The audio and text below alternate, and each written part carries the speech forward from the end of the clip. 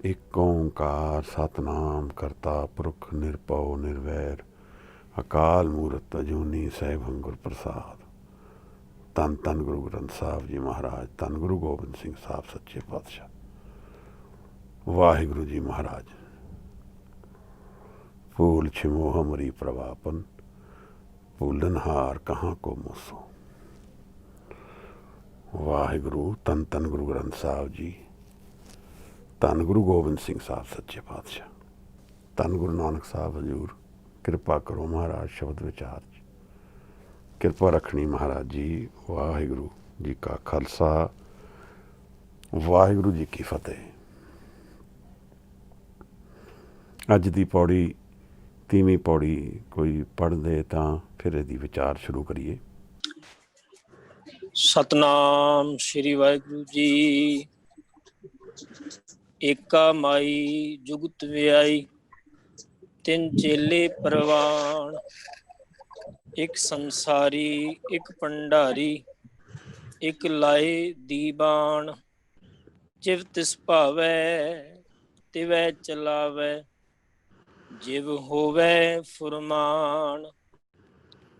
ਉਹ ਵੇਖੈ ਉਹਨਾਂ ਨਦਰ ਨਾ ਆਵੈ, ਬਹੁਤਾ ਇਹੋ ਵਿਡਾਨ। ਆਦੇਸ ਤਿਸੈ ਆਦੇਸ, ਆਦ ਅਨੀਲ ਅਨਾਦ ਅਨਾਹਤ, ਜੁਗ ਜੁਗ ਏਕੋ ਵੇਸ। ਮਹਾਰਾਜ ਗੁਰੂ ਨਾਨਕ ਸਾਹਿਬ ਹਜ਼ੂਰ ਇੱਕ ਓਂਕਾਰ ਤੋਂ ਬਾਣੀ ਸ਼ੁਰੂ ਕਰਦੇ ਹੈ ਔਰ ਇੱਕ ਓਂਕਾਰ ਦਾ ਪ੍ਰਗਟਾਵਾ ਹਰ ਥਾਂ ਤੇ ਸਮੇਂ ਸਮੇਂ ਤੇ ਸਾਨੂੰ ਮਿਲਦਾ ਜਾਂਦਾ ਹੈ। ਸਾਰੇ ਇਸ਼ਾਰੇ ਇੱਕ ਓਂਕਾਰ ਦੇ ਨੇ, ਉਸ ਵੱਲ ਨੇ। ਸਾਰੀਆਂ ਗੱਲਾਂ ਇੱਕ ਓਂਕਾਰ ਦੀਆਂ ਨੇ। ਸਮਝਾਉਣ ਦੇ ਤਰੀਕੇ ਅੱਡ ਅੱਡ ਨੇ, ਪਰ ਗੱਲ ਸਾਰੀ ਇੱਕ ਉਸ ਦੀ ਚੱਲਦੀ ਹੈ। ਜਿਸ ਦੇ ਦਰਸ਼ਨ ਸਾਹਿਬ ਕਰ ਰਹੇ ਹਨ, ਉਸ ਦੀ ਹੀ ਵਿਚਾਰ, ਉਸ ਦੀ ਹੀ ਸਾਂਝ ਕਰਦੇ ਚੱਲਦੇ ਹਨ। ਉਹਨਾਂ ਦੀ ਪੂਰੀ ਬਾਣੀ ਵਿੱਚ, ਜਪਜੀ ਸਾਹਿਬ ਵਿੱਚ ਪੂਰੇ ਇੱਕ ਓਂਕਾਰ ਦੇ ਹੀ ਦਰਸ਼ਨ ਚੱਲਦੇ ਜਾਂਦੇ ਹਨ। ਇਸ ਪੌੜੀ 'ਚ ਇੱਕ ਤਰ੍ਹਾਂ ਨਵੇਂ ਤਰੀਕੇ ਨਾਲ ਗੱਲ ਨੂੰ ਸਮਝਾਉਣ ਦੀ ਵਿਧੀ ਹੈ। ਮਾਇਆ ਦੀ ਗੱਲ ਚਲਾਉਂਦੇ ਹਨ। ਮਹਾਰਾਜ ਕਹਿੰਦੇ ਨੇ ਏਕਾ ਮਾਈ ਜੁਗਤ ਵਿਆਈ, ਤਿੰਨ ਚੇਲੇ ਪ੍ਰਵਾਨ। ਇੱਕ ਮਾਇਆ ਹੈ ਜਿਹੜੀ ਨਿਰੰਕਾਰ ਨੇ ਆਪਣੇ ਸ਼ਕਤੀ ਤੋਂ ਪ੍ਰਗਟ ਕੀਤੀ ਹੈ, ਔਰ ਉਸ ਨਿਰੰਕਾਰ ਦੇ ਪ੍ਰਗਟਾਵੇ 'ਚੋਂ ਹੀ ਮਾਇਆ ਤੋਂ ਅੱਗੇ ਫਿਰ ਉਹਦੇ ਤਿੰਨ ਗੁਣ ਪ੍ਰਗਟ ਹੁੰਦੇ ਹਨ, ਰਜੋ ਤਮੋ ਤੇ ਸਤੋ ਗੁਣ। ਥੋੜ੍ਹਾ ਜਿਹਾ ਇਹ ਸਮਾਂ ਮਾਇਆ ਬਾਰੇ ਸਮਝ ਲਈਏ। ਇਹ ਮਾਇਆ ਕੀ ਹੈ? ਵੈਸੇ ਤਾਂ ਅਸੀਂ ਸਭ ਇਸ ਗੱਲ ਨੂੰ ਜਾਣਦੇ ਹਾਂ ਕਿ ਮਾਇਆ ਕਰਕੇ ਹੀ ਸਭ ਉਲਝੇ ਹੋਏ ਹਾਂ। ਬਾਣੀ ਵਿੱਚ ਬਾਰ-ਬਾਰ ਇਹ ਗੱਲ ਪ੍ਰਗਟ ਹੁੰਦੀ ਹੈ ਸਾਨੂੰ ਕਿ ਮਾਇਆ ਦੇ ਕਾਰਨ ਜਗ ਸਾਰਾ ਉਲਝਿਆ ਹੋਇਆ ਹੈ ਔਰ ਭਟਕ ਗਿਆ ਹੈ। ਇਹ ਕਿਹੋ ਜਿਹੀ ਮਾਇਆ ਹੈ? ਇਸ ਮਾਇਆ ਦਾ ਰੂਪ ਕੀ ਹੈ? ਮੇਰੇ ਨਾਲ ਇਹਦਾ ਕੀ ਰਿਸ਼ਤਾ ਹੈ? ਮਹਾਰਾਜ ਨੇ ਮਾਇਆ ਦੇ ਕੁਝ ਲੱਛਣ ਸਾਨੂੰ ਬਾਣੀ ਵਿੱਚ ਦੱਸੇ ਹਨ। ਮਾਣ, ਮੋਹ, ਹੰਕਾਰ, ਫਿਰ ਕਾਮ, ਕ੍ਰੋਧ, ਲੋਭ, ਮੋਹ। ਹੰਕਾਰ ਦੇ ਨਾਲ ਦਸਵੇਂ ਪਾਤਸ਼ਾਹ ਨੇ ਹੱਠ ਵੀ ਇਹਦੇ ਨਾਲ ਜੋੜਿਆ ਹੈ। ਇਹਦੇ ਸਭ ਵਿਘਨ ਨੇ ਮਾਇਆ ਦਾ ਇਹਦੇ ਵਿੱਚ ਪ੍ਰਗਟਾਵਾ ਹੈ। ਮਾਇਆ ਔਰ ਹਉਮੈ ਇਹ ਦੋਨੋਂ ਨਾਲ ਨਾਲ ਚੱਲਦੇ ਹਨ। ਅਗਰ ਹਉਮੈ ਨਹੀਂ ਹੋਏਗੀ ਤਾਂ ਮਾਇਆ ਦੇ ਦਰਸ਼ਨ ਨਹੀਂ ਹੋਣਗੇ।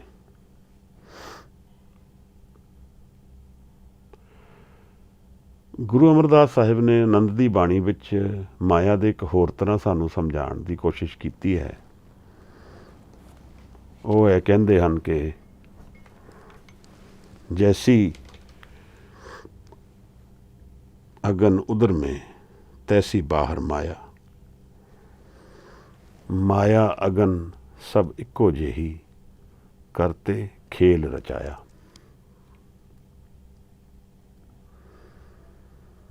ਅਸੀਂ ਮਾਇਆ ਨੂੰ ਬਾਦਫਾ ਬੈਰੀ ਸਮਝਦੇ ਹਾਂ। ਇਸ ਤਰ੍ਹਾਂ ਹੀ ਜੀਵਨ ਹੈ। ਜਦੋਂ ਜੀਵਨ ਵਿੱਚ ਇੱਕ ਪਹਿਲਾਂ ਹੀ ਬੈਰੀ ਖੜਾ ਹੋ ਗਿਆ ਤਾਂ ਮੇਰਾ ਜੀਵਨ ਤਣਾਵਗ੍ਰਸਤ ਹੋਏਗਾ, ਟੈਨਸ਼ਨ ਤੋਂ ਭਰਿਆ ਹੋਏਗਾ, ਕਿਉਂਕਿ ਮੇਰੇ ਆਲੇ ਦੁਆਲੇ ਸਭ ਮਾਇਆ ਹੈ ਔਰ ਮਾਇਆ ਮੇਰੀ ਬੈਰੀ ਹੈ।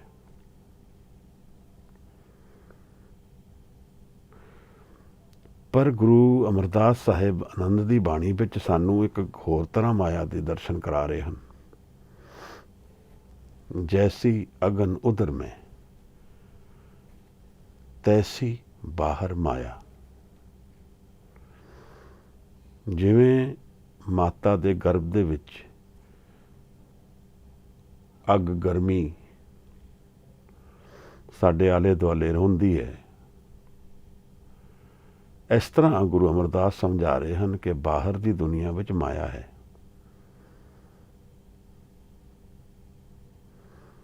ਜੇ ਮਾਤਾ ਦੇ ਗਰਭ ਵਿੱਚ ਗਰਮੀ ਨਾ ਹੋਏ ਤਾਂ ਸਾਡਾ ਪਲਣਾ ਮੁਸ਼ਕਲ ਹੈ। ਜੇ ਇਸ ਤਰ੍ਹਾਂ ਦੇਖੀਏ ਤਾਂ ਮਾਇਆ ਸਾਡੀ ਸਹਿਯੋਗੀ ਹੈ। ਇੱਥੇ ਫਿਰ ਹੋਰ ਪੱਖ ਇੱਕ ਮਾਇਆ ਦਾ ਦਰਸ਼ਨ ਵਿੱਚ ਆਇਆ ਹੈ। ਮਾਇਆ ਅਗਨ ਸਭ ਇੱਕੋ ਜਿਹੀ ਕਰਤੇ ਖੇਲ ਰਚਾਇਆ।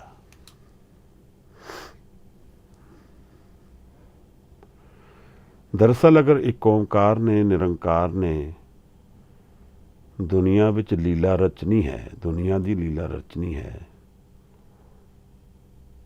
ਤਾਂ ਉਸਨੇ ਉਹਦੇ ਲਈ ਮਾਇਆ ਪ੍ਰਗਟ ਕੀਤੀ ਹੈ। ਮਾਇਆ ਇੱਕ ਇਹੋ ਜਿਹਾ ਸਿਸਟਮ ਸਮਝ ਲਈਏ ਕਿ ਜਿਹਦੇ ਵਿੱਚ ਉਹਦੀ ਸ਼ਕਤੀ ਹੈ ਪਰ ਉਹ ਦਿਖਦਾ ਨਹੀਂ ਹੈ।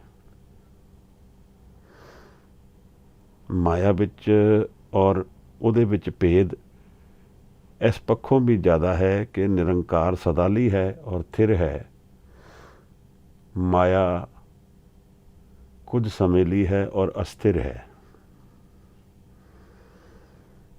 ਮਾਇਆ ਦੇ ਬਹਾਵ ਵਿੱਚ ਹੀ ਦੁਨੀਆ ਹੈ। ਅਗਰ ਦੁਨੀਆ ਵਿੱਚ ਇੱਕੋ ਜਿਹੀ ਸ਼ਕਤੀ ਸਭ ਕੋਲ ਸਦਾ ਲਈ ਹੋਏ ਤਾਂ ਫਿਰ ਉਹ ਮਾਇਆ ਨਹੀਂ ਹੁੰਦੀ। ਇਹ ਉਤਾਰ ਚੜ੍ਹਾਵ, ਸੰਜੋਗ ਵਿਜੋਗ, ਇਸ ਤੋਂ ਸੰਸਾਰ ਦੀ ਮੂਵਮੈਂਟ ਚੱਲਦੀ ਹੈ। ਸ਼ਕਤੀ ਦੀ ਮੂਵਮੈਂਟ ਵਾਸਤੇ ਐਨਰਜੀ ਦਾ ਬਹਾਵ ਵਾਸਤੇ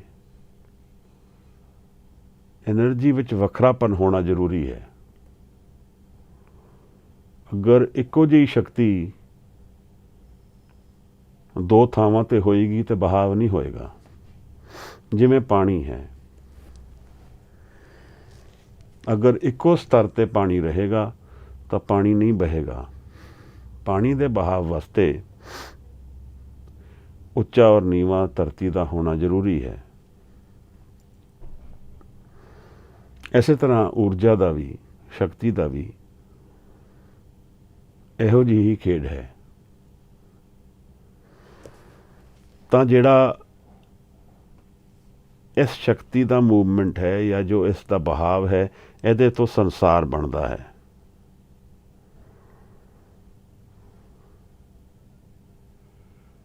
ਅਗਰ ਇੱਕੋ ਜਿਹੀ ਸ਼ਕਤੀ ਹੋਏਗੀ, ਕੋਈ ਬਹਾਵ ਨਹੀਂ ਹੋਏਗਾ ਤਾਂ ਸੰਸਾਰ ਨਹੀਂ ਬਣੇਗਾ, ਫਿਰ ਥਿਰ ਹੋ ਜਾਏਗਾ ਜੀਵਨ। ਪਰ ਜੀਵਨ ਵਿੱਚ ਅਸੀਂ ਸਿਰਫ ਇੱਕ ਚੀਜ਼ ਨੂੰ ਥਿਰ ਜਾਣਦੇ ਹਾਂ, ਮੌਤ। ਜੀਵਨ ਵਿੱਚ ਸਦਾ ਹੀ ਬਹਾਵ ਹੈ, ਚੇਂਜ ਹੈ, ਬਦਲਾਵ ਹਮੇਸ਼ਾ ਹੀ ਹੁੰਦਾ ਰਹਿੰਦਾ ਹੈ।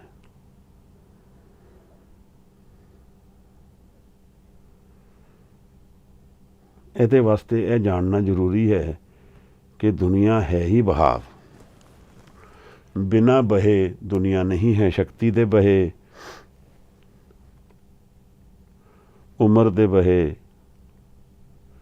ਰਿਸ਼ਤਿਆਂ ਦੇ ਬਹਾਵ, ਮਾਇਆ ਦੇ ਪੈਸੇ ਦਾ ਬਹਾਵ, ਸ਼ਕਤੀ ਦਾ ਬਹਾਵ, ਇਹ ਸਭ ਕੁਝ ਵਹਿ ਰਿਹਾ। ਜੋ ਅੱਜ ਤਾਕਤਵਰ ਹੈ ਕੱਲ ਨਹੀਂ ਹੋਏਗਾ, ਜੋ ਅੱਜ ਅਮੀਰ ਹੈ ਕੱਲ ਉਹ ਅਮੀਰ ਨਹੀਂ ਹੋਏਗਾ। ਇਸ ਦੁਨੀਆ ਵਿੱਚ ਚੇਂਜ ਜੋ ਹੈ ਉਹ ਕੌਨਸਟੈਂਟ ਹੈ, ਉਹ ਸਦਾ ਲਈ ਹੈ। ਪਰ ਅਸੀਂ ਇਸ ਨੂੰ ਇਸ ਤਰ੍ਹਾਂ ਨਹੀਂ ਜਾਣਦੇ ਹਾਂ। ਜਦੋਂ ਅਸੀਂ ਦੁਨੀਆ ਨਾਲ ਵਰਤਾਵਾ ਕਰਦੇ ਹਾਂ ਤਾਂ ਸਾਨੂੰ ਦੁਨੀਆ ਬਹਾਵ ਨਹੀਂ ਦਿਖਦੀ ਹੈ, ਇੱਕੋ ਜਿਹੀ ਸਦਾ ਲਈ ਦਿਖਦੀ ਹੈ। ਇਹ ਸਾਡਾ ਅਜ਼ੰਪਸ਼ਨ ਹੈ,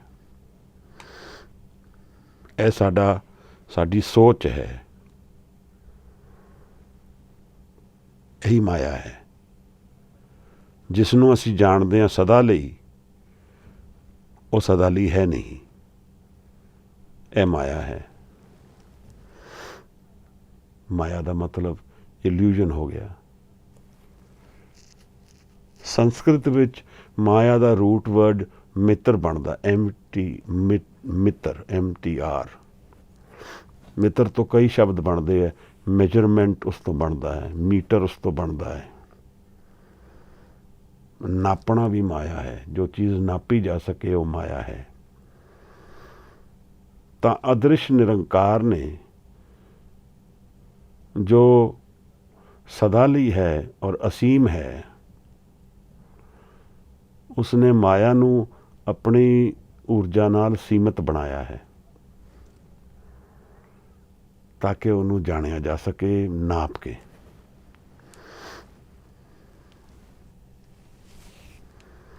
ਅਗਰ ਦੁਨੀਆ ਵਿੱਚ ਕੁਝ ਵਸਤੂ ਨਾਪੀ ਨਾ ਜਾ ਸਕੇ ਤਾਂ ਉਹਦਾ ਵਰਤਾਵਾ ਕਰਨਾ ਮੁਸ਼ਕਿਲ ਹੈ। ਹਾਲਾਂਕਿ ਦੁਨੀਆ ਵਿੱਚ ਜਿਹੜੇ ਨਿਰੰਕਾਰ ਦੇ ਭੰਡਾਰੇ ਨੇ ਉਹ ਅਸੀਮ ਹਨ,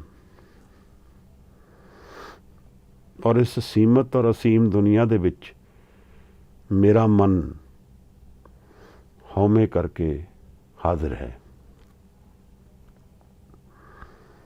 ਹਉਮੈ ਨੂੰ ਵਰਤਣਾ ਹੈ ਤਾਂ ਨਾਪਣਾ ਜ਼ਰੂਰੀ ਹੈ।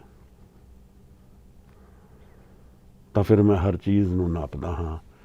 ਮੈਂ ਆਪਣੇ ਸਰੀਰ ਨੂੰ ਨਾਪਦਾ ਹਾਂ, ਆਪਣੀ ਸੋਚ ਨੂੰ, ਆਪਣੀ ਸ਼ਮਤਾ ਨੂੰ, ਆਪਣੀ ਤਾਕਤ ਨੂੰ, ਆਪਣੀ ਇੰਟੈਲੈਕਟ ਨੂੰ। ਹਰ ਚੀਜ਼ ਦਾ ਨਪਾਈ ਦਾ ਦਾਇਰਾ ਬਣਿਆ ਹੋਇਆ ਹੈ। ਬਿਨਾਂ ਨਾਪ ਦੇ ਅਸੀਂ ਆਪਣੇ ਆਪ ਨੂੰ ਵੀ ਨਹੀਂ ਜਾਣ ਪਾਉਂਦੇ। ਅਸੀਂ ਸਭ ਕੁਝ ਨਾਪ ਲਿਆ, ਸਭ ਕੁਝ ਜਾਣ ਲਿਆ, ਪਰ ਫਿਰ ਵੀ ਆਪਣੇ ਆਪ ਨੂੰ ਨਹੀਂ ਜਾਣਿਆ। ਇਹ ਉਹਦੀ ਲੀਲਾ ਹੈ। ਨਾਪਣ ਵਿੱਚ ਪੂਰੀ ਮਾਇਆ ਹੈ, ਪਰ ਨਾਪਣ ਤੋਂ ਬਾਅਦ ਉਸ ਦੇ ਪਿੱਛੇ ਜੋ ਸ਼ਕਤੀ ਖੜੀ ਹੈ ਉਸ ਨੂੰ ਨਹੀਂ ਜਾਣਿਆ ਜਾ ਸਕਦਾ। ਹੁਣ ਉਹ ਕਰਤਾਰ ਆਪਣੀ ਕ੍ਰੀਏਸ਼ਨ ਤੋਂ ਵੱਖ ਨਹੀਂ ਹੈ, ਉਹਦੇ ਵਿੱਚ ਹੀ ਹਾਜ਼ਰ ਹੈ, ਉਹਦੇ ਵਿੱਚ ਉਹਦਾ ਆਸਨ ਹੈ। ਉਸ ਨੂੰ ਮਾਇਆ ਦੇ ਜ਼ਰੀਏ ਤੋਂ ਵੀ ਨਹੀਂ ਜਾਣਿਆ ਜਾ ਸਕਦਾ। मैं कहां कि मैं माया ਨੂੰ ਨਾਪ ਲਵਾਂਗਾ ਫਿਰ ਉਸ ਨੂੰ ਸਮਝ ਲਵਾਂਗਾ ਤਾਂ ਇਹ ਵੀ ਭੁਲੇਖਾ ਹੈ, ਕਿਉਂਕਿ ਮੈਂ ਹਉਮੈ ਦੇ ਅੰਦਰ ਆਪਣੇ ਤੋਂ ਜ਼ਿਆਦਾ ਨਹੀਂ ਨਾਪ ਪਾਉਂਦਾ। ਔਰ ਮੈਂ ਇੱਕ ਸੀਮਤ ਜਿਹਾ ਐਕਸਪੀਰੀਅੰਸ ਹੈ, ਸਮੇਂ ਦੇ ਵਿੱਚ ਵੀ ਸੀਮਤ ਹੈ, ਸੋਚ ਦੇ ਵਿੱਚ ਵੀ ਸੀਮਤ ਹੈ, ਔਰ ਬੰਧਨ ਵਿੱਚ ਬੰਨਿਆ ਹੋਇਆ ਹੈ। ਬਿਨਾਂ ਬੰਧਨ ਦੇ ਹਉਮੈ ਨਹੀਂ ਹੈ। ਸਰੀਰ ਨਾਲ ਬੰਨਿਆ ਹੈ, ਆਪਣੀ ਹੋਂਦ ਨਾਲ ਬੰਧਿਆ ਹੈ, ਪਰਿਵਾਰ ਨਾਲ ਬੰਧਿਆ ਹੈ, ਸਮਾਜ ਨਾਲ ਬੰਨਿਆ ਹੈ, ਦੁਨੀਆ ਦੀ ਧਰਤੀ ਨਾਲ ਬੰਨਿਆ ਹੈ। ਐਸੇ ਤੋਂ ਮੈਂ ਆਪਣੇ ਆਪ ਨੂੰ ਜਾਣਦਾ। ਤਾਂ ਜਿਹੜਾ ਬੰਧਨ ਵਿੱਚ ਹੈ ਉਹ ਮੁਕਤ ਕਿਵੇਂ ਹੋਏਗਾ, ਔਰ ਜਿਹੜਾ ਮੁਕਤ ਹੈ ਉਸ ਨੂੰ ਕਿਵੇਂ ਜਾਣੇਗਾ। ਮੁਕਤ ਦਾ ਮਤਲਬ ਮੇਰਾ ਆਜ਼ਾਦ ਹੈ। ਜਿਹੜਾ ਆਜ਼ਾਦ ਹੈ ਉਸ ਨੂੰ ਬੰਨਿਆ ਹੋਇਆ ਬੰਦੀ ਕਿਵੇਂ ਜਾਣ ਸਕਦਾ ਹੈ।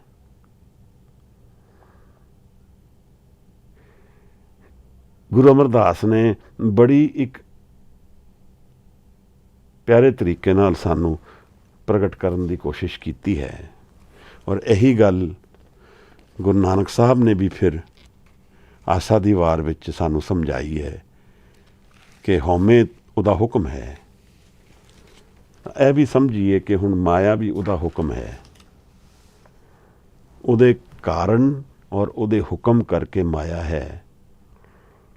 ਔਰ ਜਦੋਂ ਅਸੀਂ ਹਉਮੈ ਤੋਂ ਪਰੇ ਚਲੇ ਜਾਂਦੇ ਹਾਂ ਤਾਂ ਫਿਰ ਹਉਮੈ ਔਰ ਮਾਇਆ ਦੋਨੋਂ ਜੋ ਉਹਦਾ ਹੁਕਮ ਹੈ ਉਹਦੇ ਤੋਂ ਪਾਰ ਉਹਦਾ ਹੁਕਮ ਨਾਮ ਬਣ ਜਾਂਦਾ ਹੈ। ਹਉਮੈ ਇਹੋ ਹੁਕਮ ਹੈ ਪਈਏ ਕਿਰਤ ਫਿਰਾਏ। ਇਸੇ ਨਾਲ ਹੀ ਅਸੀਂ ਕਿਰਤੀ ਕਰਦੇ ਹਾਂ, ਇਸ ਹਉਮੈ ਕਰਕੇ। ਮਹਾਰਾਜ ਨੇ ਬਹੁਤ ਪਿਆਰੀ ਗੱਲ ਸਮਝਾਈ ਹੈ, ਹਉਮੈ ਕਿੱਥੋਂ ਉਪਜੇ ਕਿਤ ਸੰਜਮ ਇਹ ਜਾਏ। ਕਿੱਥੋਂ ਉਪਜਦੀ ਹੈ? ਸਿੱਧਾਂ ਦੀ ਗੋਸ਼ਟੀ ਵਿੱਚ ਇੱਕ ਬੜਾ ਪਿਆਰਾ ਵਾਰਤਾ ਗੁਰੂ ਸਾਹਿਬ ਦੇ ਨਾਲ ਸਿੱਧਾਂ ਨੇ ਕੀਤਾ ਹੈ। ਕਿਤ ਕਿਤ ਬਿਦ ਜਗ ਉਪਜੇ ਪੁਰਖਾ, ਕਿਤ ਕਿਤ ਦੁੱਖ ਬਿਨ ਸਜਾਈ। ਮਹਾਰਾਜ ਨੂੰ ਪੁੱਛਦੇ ਹਨ, ਇਹ ਜਗ ਜਿਹੜਾ ਉਪਜਦਾ ਹੈ ਕਿੱਥੋਂ ਉਪਜਦਾ ਹੈ? ਇਹ ਪ੍ਰਸ਼ਨ ਦੇ ਪੁੱਛਣ ਦਾ ਭਾਵ ਦੋ ਤਰ੍ਹਾਂ ਦਾ ਹੈ। ਮੇਰੇ ਵਾਸਤੇ ਸ੍ਰਿਸ਼ਟੀ ਕਦੋਂ ਚਾਲੂ ਹੁੰਦੀ ਹੈ, ਔਰ ਮੇਰਾ ਦੁੱਖ ਕਿਵੇਂ ਜਾਏਗਾ। ਇਹਦੇ ਯੁੱਗ ਜਿਹੜਾ ਹੈ ਉਹਦੇ ਥੱਲੇ ਔਂਕੜ ਵੀ ਹੈ। ਤੇ ਮੇਰੀ ਦੁਨੀਆ ਇੱਕ ਯੁੱਗ ਕਿਸ ਤਰ੍ਹਾਂ ਉਪਜਦਾ ਹੈ? ਗੁਰੂ ਨਾਨਕ ਸਾਹਿਬ ਨੂੰ ਇਹ ਪ੍ਰਸ਼ਨ ਸਿੱਧਾਂ ਨੇ ਪੁੱਛਿਆ ਹੈ। ਯੋਗੀਆਂ ਦੇ ਨਾਲ ਕਾਫੀ ਵਾਰਤਾਲਾਪ, ਔਰ ਮੈਨੂੰ ਲੱਗਦਾ ਹੈ ਇਹ ਬੜੀ ਅੱਛੀ ਲੈਵਲ ਦੀ ਡਾਇਲੋਗ ਹੈ, ਜਿੱਥੇ ਇਹੋ ਜਿਹੇ ਪ੍ਰਸ਼ਨ ਉੱਠਣ ਜਿਸ ਤਰ੍ਹਾਂ ਅਸੀਂ ਆਪਣੇ ਆਪ ਨੂੰ ਥੋੜ੍ਹਾ ਡੂੰਘਾਈ ਵਿੱਚ ਜਾਣ ਲਈਏ। ਜਿਵੇਂ ਮਾਇਆ ਦਾ ਨਾਲ ਮੇਰਾ ਕੀ ਰਿਸ਼ਤਾ ਹੈ?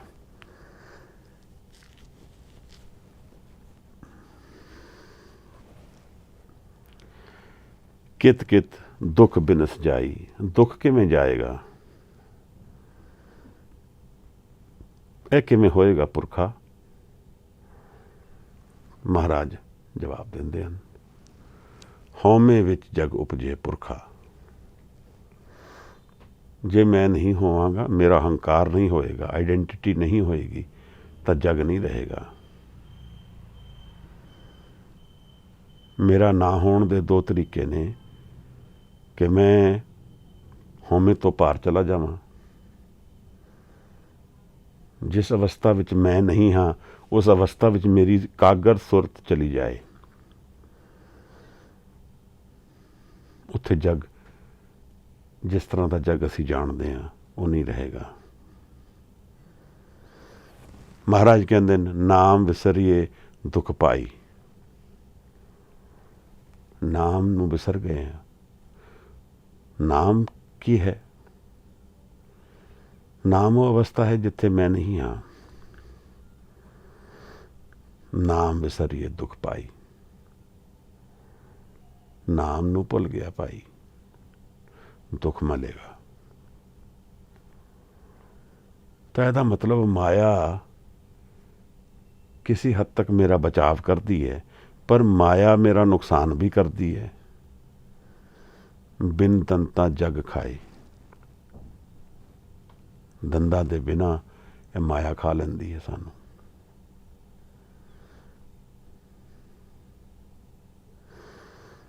काल दे विच भी महाराज ने माया दे दर्शन कराए हैं कि यह माया जिहड़ी है ਇਹ ਮੈਨੂੰ ਖਤਮ ਕਰ ਦਿੰਦੀ, ਇਹਦੇ 'ਚ ਮੈਂ ਨਾਸ ਹੋ ਜਾਂਦਾ ਮੇਰਾ।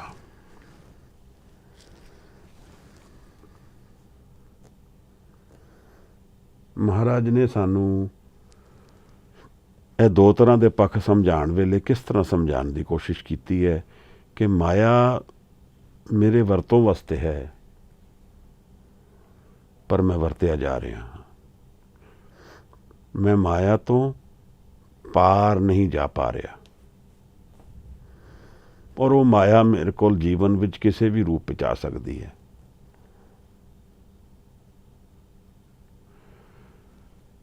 दरअसल जदों असी माया नाल उलझ जाते हैं तो फिर माया के दर्शन सानू हर तरफ तंग करते हैं, भावें वो व्यवहारक तार ते या काम दे ग्रस्त होने के कारण होए या क्रोध के कारण होए।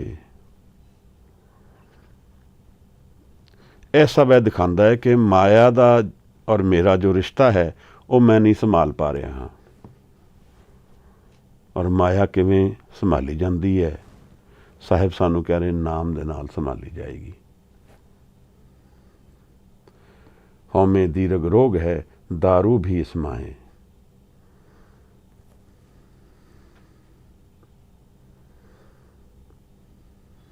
कृपा करे जे अपनी ਤਾਂ ਗੁਰ ਕਾ ਸ਼ਬਦ ਕਮਾਏ। ਗੁਰ ਕਾ ਸ਼ਬਦ, ਗੁਰੂ ਦਾ ਸ਼ਬਦ ਸਾਨੂੰ ਮਾਇਆ ਨੂੰ ਨਕੇਲ ਪਾਉਣ ਵਾਸਤੇ ਹੈ। ਕਿਵੇਂ ਨਕੇਲ ਪਏਗੀ? ਦਰਅਸਲ ਦੁਨੀਆ ਦੇ ਵਿੱਚ ਅਸੀਂ ਮਾਇਆ ਨਾਲ ਕਿਉਂ ਗ੍ਰਸਤ ਹੋ ਜਾਂਦੇ ਹਾਂ? ਕਿਉਂਕਿ ਮਾਇਆ ਵਿੱਚ ਰਸ ਹੈ।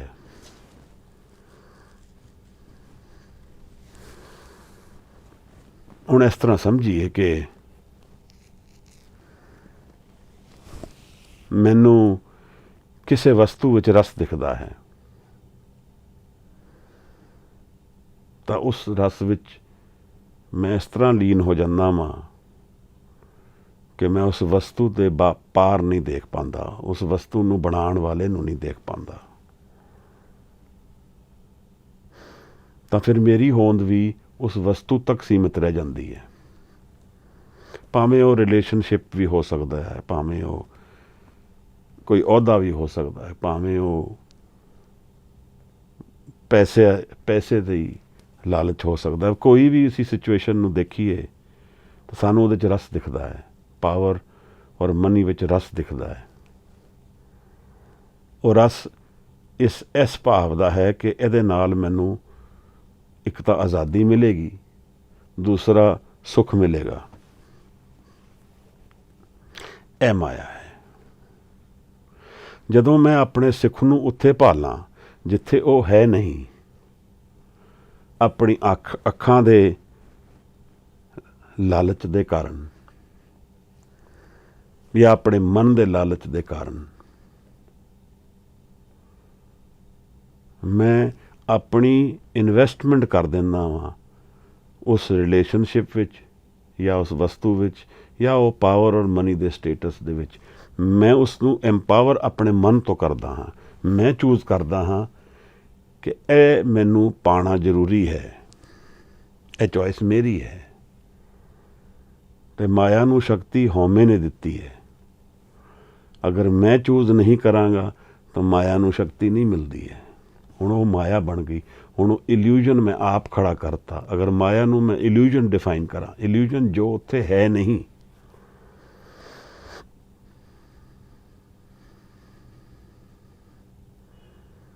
और बचपन विच जदों असीं वड्डे हुंदे हां तां सारे आले दुआले साडे ਮਾਇਆ ਦੇ ਦਰਸ਼ਨਾਂ ਦੇ ਇਲਾਵਾ ਹੋਰ ਕੁਝ ਹੈ ਹੀ ਨਹੀਂ। ਸਾਨੂੰ ਇਹੀ ਪੜ੍ਹਾਇਆ ਜਾਂਦਾ ਹੈ ਬਚਪਨ ਵਿੱਚ, ਘਰਾਂ ਵਿੱਚ, ਸਕੂਲਾਂ ਵਿੱਚ, ਆਪਸੀ ਵਿਵਹਾਰ ਵਿੱਚ। ਸਾਨੂੰ ਇਹੀ ਸਮਝ ਆਉਂਦੀ ਹੈ ਕਿ ਜਿਹਦੇ ਕੋਲ ਸ਼ਕਤੀ ਜ਼ਿਆਦਾ ਹੈ ਉਹ ਸੁਖੀ ਜ਼ਿਆਦਾ ਹੈ।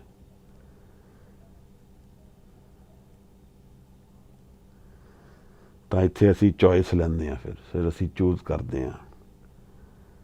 ਅਸੀਂ ਕਹਿੰਦੇ ਹਾਂ ਕਿ ਵਕੀਲ ਬਣ ਕੇ ਪੈਸੇ ਕਮਾਉਣ ਨਾਲ ਮੈਂ ਹੁਣ ਸੁਖੀ ਔਰ ਆਜ਼ਾਦ ਹੋ ਜਾਵਾਂਗਾ। ਵਕੀਲ ਬਣਨ 'ਚ ਕੋਈ ਨੁਕਸਾਨ ਨਹੀਂ ਹੈ, ਪਰ ਉਹ ਜਿਹੜੀਆਂ ਉਮੀਦਾਂ ਮੈਂ ਵਕਾਲਤ ਵਿੱਚ ਪਾ ਰਿਹਾ ਹਾਂ ਉਹ ਗਲਤ ਨੇ। ਉੱਥੇ ਆਜ਼ਾਦੀ ਔਰ ਸੁੱਖ ਉਹਦੇ ਵਿੱਚ ਹੈ ਨਹੀਂ। ਇਹ ਮੇਰੇ ਸੋਚ ਕਰਕੇ ਔਰ ਮੇਰੀ ਇਮੈਜੀਨੇਸ਼ਨ ਕਰਕੇ ਵਕਾਲਤ ਦੇ ਪ੍ਰੋਸੈਸ ਵਿੱਚ ਮੇਰੀ ਇਨਵੈਸਟਮੈਂਟ ਜਾ ਰਹੀ ਹੈ।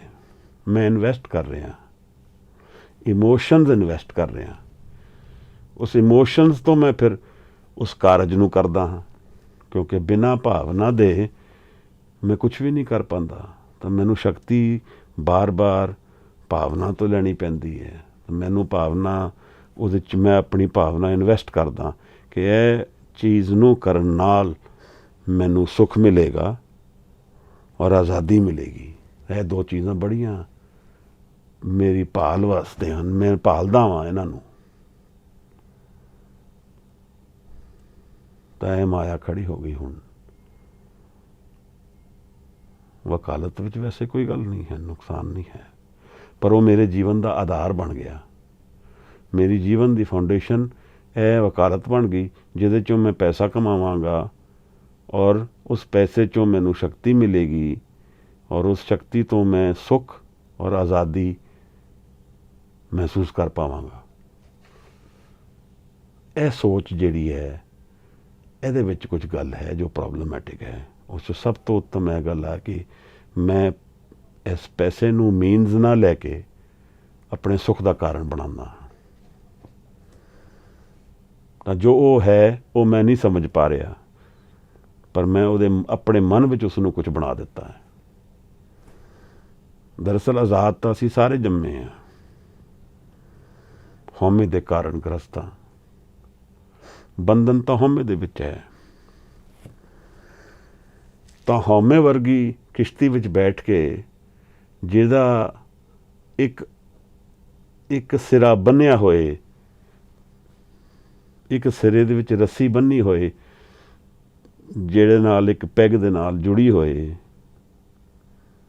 ਧਰਤੀ ਨਾਲ, ਉਹਦੇ ਵਿੱਚ ਅਸੀਂ ਕਿੱਥੇ ਜਾਵਾਂਗੇ? ਕਿਵੇਂ ਬੰਨੀ ਹੈ? ਹਉਮੈ ਜਿਹੜਾ ਹੈ ਉਹਦਾ ਆਧਾਰ ਸਮਾਂ ਔਰ ਇਹ ਤ੍ਰੈਗੁਣ ਨੇ।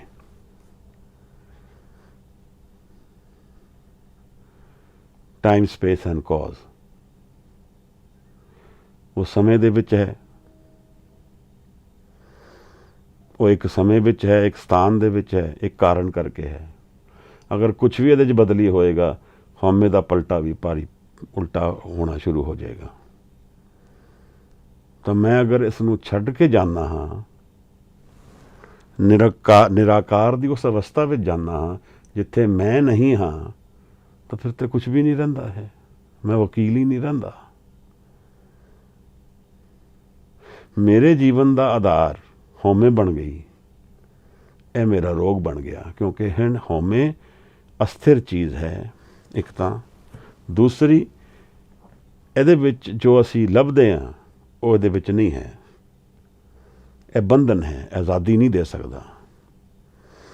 ਔਰ ਇਸ ਬੰਧਨ ਕਰਕੇ ਮੈਂ ਹੁਣ ਇੱਕ ਚੱਕਰ ਵਿਊਹ ਵਿੱਚ ਫਸ ਜਾਂਦਾ ਵਾਂ, ਜਿਹਦੇ ਵਿੱਚ ਬਾਰ-ਬਾਰ ਚੇਂਜ ਵਿੱਚ ਮੈਂ ਆਉਂਦਾ ਜਾਂਦਾ। ਚੋਇਸਿਸ ਤਾਂ ਮੈਂ ਉਹੀ ਲੈਂਦਾ। ਅਸੀਂ ਸਾਰੇ ਉਹੀ ਚੂਜ਼ ਕਰਾਂਗੇ। ਇਸ ਤਰ੍ਹਾਂ ਦੇਖਿਆ ਜਾਏ ਤਾਂ ਇਹ ਸਭ ਪ੍ਰੀਡੈਸਟਿਨਡ ਹੋ ਗਿਆ ਸਭ ਕੁਝ, ਕਿਉਂਕਿ ਚੋਇਸਿਸ ਸਾਡੇ ਕੋਲ ਹੈ ਨਹੀਂ ਉਨੀਆਂ ਹੀ। ਤਾਂ ਮਹਾਰਾਜ ਸਾਨੂੰ ਸਮਝਾਉਂਦੇ ਹਨ ਕਿ ਹਉਮੈ ਇਹੀ ਬੰਧਨਾ ਫਿਰ ਫਿਰ ਜੋ ਨਹੀਂ ਪਾਹੇ। ਹਉਮੈ ਕਿੱਥੋਂ ਉਪਜੇ ਕਿਤ ਸੰਜਮ ਇਹ ਜਾਏ। ਹਉਮੈ ਇਹੋ ਹੁਕਮ ਹੈ पाए किरत फिराए, हौमे दीर्घ रोग है दारू भी इसमाए, किरपा करे जे अपनी तां गुर का शब्द कमाए, नानक कहे सुनो जनो इत संजम दुख जाए।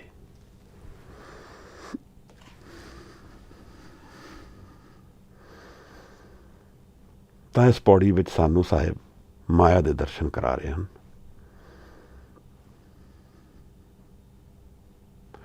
ਮਹਾਰਾਜ ਕਹਿੰਦੇ ਨੇ ਏਕਾ ਮਾਈ ਜੁਗਤ ਵਿਆਈ, ਤਿੰਨ ਚੇਲੇ ਪ੍ਰਵਾਨ। ਸਮਝ ਲਈਏ ਕਿ ਮਾਇਆ ਜਿਹੜੀ ਹੈ ਇਹ ਇੱਕ ਵਾਰੀ ਵਿਆਹੀ ਗਈ, ਸੂਤੀ ਗਈ, ਤਾਂ ਇਹਦੇ ਤੋਂ ਤਿੰਨ ਚੇਲੇ ਬਣੇ, ਕਿਉਂਕਿ ਮਾਇਆ ਨੂੰ ਆਪਰੇਟ ਕਰਨ ਵਾਸਤੇ ਤਿੰਨ ਚਾਹੀਦੇ ਹਨ,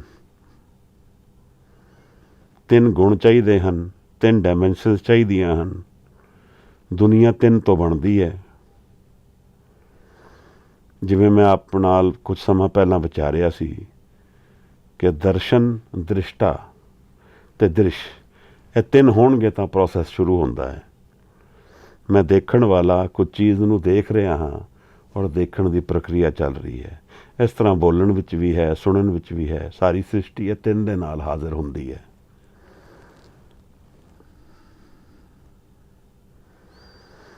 ਇਹ ਤਿੰਨ ਦੀ ਗੱਲ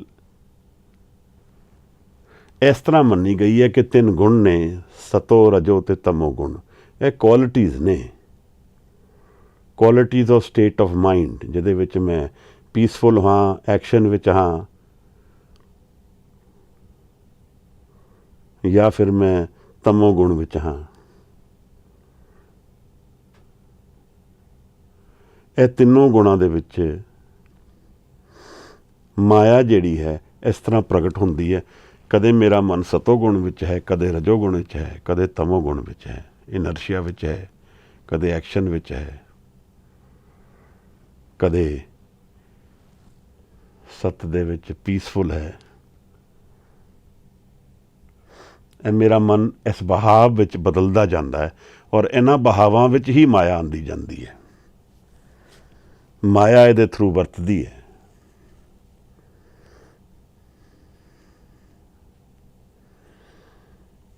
ਹੁਣ ਜੋ ਦੁਨੀਆ ਵਿੱਚ ਚਾਲ ਚੱਲ ਰਹੀ ਹੈ, ਦੁਨੀਆ ਵਿੱਚ ਜੋ ਮੂਵਮੈਂਟ ਆ ਰਹੀ ਹੈ, ਦੁਨੀਆ ਵਿੱਚ ਜੋ ਪ੍ਰਗਟ ਚੱਲਦਾ ਪਿਆ ਹੈ, ਉਹ ਸਭ ਇੱਕ ਬਹਾਵ ਹੈ। ਉਸ ਬਹਾਵ ਵਿੱਚ ਅਸੀਂ ਕਿਸ ਚੀਜ਼ ਦੇ ਦਰਸ਼ਨ ਕਰਦੇ ਹਾਂ, ਇਹ ਜ਼ਰੂਰੀ ਹੈ। ਅਸੀਂ ਅਗਰ ਬਹਾਵ ਨੂੰ ਨਾ ਜਾਣਿਆ ਤਾਂ ਫਿਰ ਅਸੀਂ ਇਸ ਬਹਾਵ ਨੂੰ ਬਣਾਉਣ ਵਾਲੇ ਨੂੰ ਵੀ ਨਹੀਂ ਜਾਣ ਪਾਵਾਂਗੇ। ਤਾਂ ਜੀਵਨ ਵਿੱਚ ਜਦੋਂ ਮੈਨੂੰ ਸੁੱਖ ਦੀ ਭਾਲ ਵਿੱਚ ਦੁੱਖ ਮਿਲੇਗਾ ਤਾਂ ਮੈਨੂੰ ਉੱਥੋਂ ਸਮਝ ਆਏਗੀ ਕਿ ਇਹ ਤਾਂ ਦੁਨਿਆਵੀ ਪੱਧਰ 'ਤੇ ਸੁੱਖ ਔਰ ਦੁੱਖ ਇੱਕੋ ਚੀਜ਼ ਹੈ। ਸੁੱਖ ਕਿਸੇ ਕਾਰਨ ਕਰਕੇ ਹੈ ਔਰ ਇਹ ਸੁੱਖ ਦੁੱਖ ਇਹ ਤਿੰਨ ਗੁਣਾਂ ਦੇ ਨਾਲ ਰਿਲੇਸ਼ਨ ਰੱਖਦੇ ਹੈ। ਜਿਹੜਾ ਮਾਇਆ, ਜਿੱਥੋਂ ਮਾਇਆ ਆਪਰੇਟ ਕਰਦੀ ਹੈ, ਜਿੱਥੋਂ ਮਾਇਆ ਆਪਣੇ ਆਪ ਨੂੰ ਪ੍ਰਗਟ ਕਰਦੀ ਹੈ, ਉਹਦੀ ਐਮਪਾਵਰਮੈਂਟ ਹਉਮੈ ਤੋਂ ਆਉਂਦੀ ਹੈ। ਅਗਰ ਮੈਂ ਆਪਣੀ ਹਉਮੈ ਤੋਂ ਚੋਇਸਿਸ ਨਾ ਲਵਾਂ ਤਾਂ ਕੁਛ ਵੀ ਨਹੀਂ ਹੋਏਗਾ ਫਿਰ। ਪਰ ਫਿਰ ਮੈਂ ਜੀਵਨ ਤੋਂ ਵੀ ਨਿਰਾਸ਼ ਰਹਾਂਗਾ, ਜੀਵਨ ਨੂੰ ਨਹੀਂ ਜਾਣ ਪਾਵਾਂਗਾ। ਮਹਾਰਾਜ ਸਾਨੂੰ ਸਮਝਾ ਰਹੇ ਹਨ ਕਿ ਇੱਕ ਸੰਸਾਰੀ, ਇੱਕ ਭੰਡਾਰੀ, ਇੱਕ ਲਾਏ ਦੀ ਬਾਣ। ਇਹ ਤਿੰਨ ਜਿਹੜੇ ਚੇਲੇ ਨੇ, ਇਹਨਾਂ ਨੂੰ ਫਿਰ ਬ੍ਰਹਮ, ਵਿਸ਼ਨੂੰ, ਸ਼ਿਵ ਸ਼ਕਤੀਆਂ ਕਰਕੇ ਸਮਝ ਲਈਏ ਕਿ ਇਹ ਕ੍ਰੀਏਸ਼ਨ ਦੀ ਐਨਰਜੀ, ਪ੍ਰੀਜ਼ਰਵਿੰਗ ਦੀ ਐਨਰਜੀ, ਡਿਸਟਰਕਸ਼ਨ ਦੀ ਐਨਰਜੀ, ਇਹ ਸ਼ਕਤੀਆਂ ਚੱਲਦੀਆਂ ਹਨ। ਇਹ ਮੰਨਿਆ ਗਿਆ ਹੈ। ਸਾਹਿਬ ਕਹਿੰਦੇ ਨੇ ਇਸ ਤਰ੍ਹਾਂ ਮੰਨ ਲਈਏ, ਕਿਉਂਕਿ ਵੇਦ ਗ੍ਰੰਥ ਇਸ ਤਰ੍ਹਾਂ ਕਹਿੰਦੇ ਹਨ। ਚਲੋ ਇੱਕ ਵਾਰ ਇਹਨੂੰ ਮੰਨ ਲੈਂਦੇ ਹਾਂ ਕਿ ਇੱਕ ਸੰਸਾਰੀ ਹੈ ਜੋ ਸੰਸਾਰ ਨੂੰ ਚਲਾਉਂਦਾ ਹੈ, ਇੱਕ ਭੰਡਾਰੀ ਹੈ ਔਰ ਇੱਕ ਲਾਏ ਦੀ ਬਾਣ, ਜਿਸ ਨੂੰ ਲਾਏ ਦੀ ਆਦਤ ਹੈ, ਮਾਰਨ ਦੀ ਆਦਤ ਹੈ, ਪਰ ਗੁਰੂ ਨਾਨਕ ਸਾਹਿਬ ਇੱਕ ਓਂਕਾਰ ਦੇ ਪੁਜਾਰੀ ਹਨ। All roads lead to ਇੱਕ ਓਂਕਾਰ। ਭੁਲੇਖੇ ਵਿੱਚ ਕੁਝ ਵੀ ਨਹੀਂ ਹੈ, ਬਿਲਕੁਲ ਕਲੀਅਰ ਹੈ। ਉਹਨਾਂ ਨੇ ਆਪਣੀ ਗੱਲ ਜੋ ਪਹਿਲੀ ਪੌੜੀ ਵਿੱਚ ਕਹਿ ਦਿੱਤੀ, ਉਸੇ ਲੈ ਵਿੱਚ ਸਾਰੀ ਗੱਲ ਚਲਦੀ ਜਾਂਦੀ ਹੈ, ਕਿਉਂਕਿ ਉਹਨਾਂ ਨੇ ਜਾਣਿਆ ਇੱਕ ਨੂੰ ਹੈ। ਉਹ ਕਿਸੇ ਦੂਸਰੀ ਸ਼ਕਤੀ ਨੂੰ ਅਗਰ ਹੈ ਵੀ ਤਾਂ ਉਹਦੇ ਅਧੀਨ ਹੀ ਚਲਦੀ ਹੈ। ਤਾਂ ਮਹਾਰਾਜ ਇਸ ਪੌੜੀ ਵਿੱਚ ਇਸ ਤਰ੍ਹਾਂ ਹੀ ਸਾਨੂੰ ਦਰਸ਼ਨ ਕਰਾ ਰਹੇ ਹਨ। ਜਿਵ ਤਿਸ ਭਾਵੇ ਤਿਵੇਂ ਚਲਾਵੇ, ਜਿਵ ਹੋਵੇ ਫੁਰਮਾਨ। ਇਹਨਾਂ ਤਿੰਨਾਂ ਦੇ ਵਸ ਫਿਰ ਕੀ ਰਹਿ ਗਿਆ? ਜੇ ਕੋਈ ਕਿਸੇ ਦਾ ਨੌਕਰ ਹੋਏ ਔਰ ਉਸ ਨੂੰ ਆਰਡਰ ਹੋਏ ਕਿ ਕੁਛ ਨਹੀਂ ਕਰ ਸਕਦੇ ਬਿਨਾਂ ਮੇਰੇ ਪੁੱਛੇ, ਤਾਂ ਅਸੀਂ ਅਗਰ ਉਸ ਤੋਂ ਕੰਮ ਲੈਣਾ ਹੋਏਗਾ ਤਾਂ ਅਸੀਂ ਕਵਾਂਗੇ ਨਾ, ਇਹਨੂੰ ਨਾ ਗੱਲ ਕਰ, ਇਹਦੇ ਕੋਲ ਤੇ ਕੁਛ ਇਹਦੇ ਹੱਥ ਹੈ ਹੀ ਨਹੀਂ, ਮਾਲਕ ਨਾਲ ਗੱਲ ਕਰ। ਜਦੋਂ ਉਹਨਾਂ ਤਿੰਨਾਂ ਦੇ ਕੋਲ ਨਾ ਤੇ ਫਰਮਾਨ ਦੇ ਬਿਨਾਂ ਕੁਝ ਕਰਨ ਦੀ ਸ਼ਕਤੀ ਹੈ, ਨਾ ਉਹਨਾਂ ਦੀ ਕੋਈ ਆਪਣੀ ਮਰਜ਼ੀ ਹੈ, ਜਿਵ ਤਿਸ ਭਾਵੇ ਤਿਵੇਂ ਚਲਾਵੇ, ਤਾਂ ਇਹਨਾਂ ਦੀ ਹੋਂਦ ਫਿਰ ਹੈ ਕੀ? ਵਿਚਾਰਨ ਦੀ ਗੱਲ ਹੈ। ਇਹਨਾਂ ਦੀ ਫਿਰ ਆਪਣੀ ਕੋਈ ਹੋਂਦ ਹੈ ਨਹੀਂ। ਇਹ ਉਸ ਨਿਰੰਕਾਰ ਦੇ ਸ਼ਕਤੀ ਤੋਂ ਬਿਨਾਂ ਕੁਛ ਵੀ ਨਹੀਂ, ਪੱਤਾ ਵੀ ਨਹੀਂ ਹਿਲਦਾ ਇੱਥੇ। ਨਾ ਹੀ ਇਹਨਾਂ ਤਿੰਨਾਂ ਦੀ ਕੋਈ ਆਪਣੀ ਹੋਂਦ ਹੈ। ਹਾਂ, ਅਸੀਂ ਆਪਣੇ ਸਮਝਣ ਵਿੱਚ ਇਹਨਾਂ ਸ਼ਕਤੀਆਂ ਨੂੰ ਡਿਵਾਈਡ ਕਰ ਦਈਏ ਤਾਂ ਫਿਰ ਇੱਕ ਦੂਸਰੇ ਦੇ ਰਿਲੇਸ਼ਨਸ਼ਿਪ ਸਾਨੂੰ ਬੰਨਣੇ ਪੈਣਗੇ। ਅਗਰ ਇਸ ਗੱਲ ਨੂੰ ਭੁੱਲ ਜਾਈਏ ਕਿ ਇਹਨਾਂ ਦੇ ਪਿੱਛੇ ਇੱਕ ਹੀ ਖੜਾ ਹੈ ਤਾਂ ਫਿਰ ਬਹੁਤ ਕਨਫਿਊਜ਼ਨ ਹੋ ਜਾਏਗੀ, ਕੌਣ ਵੱਡਾ ਕੌਣ ਛੋਟਾ, ਇੱਕ ਦੇ ਹੁੰਦੇ ਕੌਣ ਦੂਸਰਾ। ਅਗਰ ਤਿੰਨਾਂ ਦੇ ਬਿਨਾਂ ਨਹੀਂ ਗੱਲ ਹੋਣੀ ਤਾਂ ਫਿਰ ਤਾਂ ਇੱਕ ਹੀ ਹੋ ਗਏ। ਇੱਕ ਦੇ ਨਾਲ ਗੱਲ ਹੋ ਸਕਦੀ ਹੈ ਦੋ ਨੂੰ ਛੱਡ ਕੇ, ਦੋ ਦੇ ਨਾਲ ਇੱਕ ਨੂੰ ਛੱਡ ਕੇ। ਕਿਸ ਦਾ ਹੁਕਮ ਚੱਲਦਾ ਕਿੱਥੇ, ਇਹ ਬੜੀ ਕਨਫਿਊਜ਼ਨ ਜੀ ਹੈ। ਪਰ ਸਾਹਿਬ ਨੇ ਸਾਨੂੰ ਇੱਕ ਸਿੰਪਲ ਜੀ ਗੱਲ ਸਮਝਾਈ ਹੈ ਕਿ ਜਿਵ ਤਿਸ ਭਾਵੇ ਤਿਵੇਂ ਚਲਾਵੇ। ਜਿਵੇਂ ਉਹ ਪਾਉਂਦਾ ਹੈ ਤਿਵੇਂ ਇਸ ਸ੍ਰਿਸ਼ਟੀ ਨੂੰ ਚਲਾਉਂਦਾ ਹੈ। ਜਿਵ ਹੋਵੇ ਫੁਰਮਾਨ, ਜਿਵੇਂ ਉਹਦਾ ਫੁਰਮਾਨ ਹੋਏਗਾ ਇਵੇਂ ਇਵੇਂ ਇਹ ਸ੍ਰਿਸ਼ਟੀ ਬਹੇਗੀ।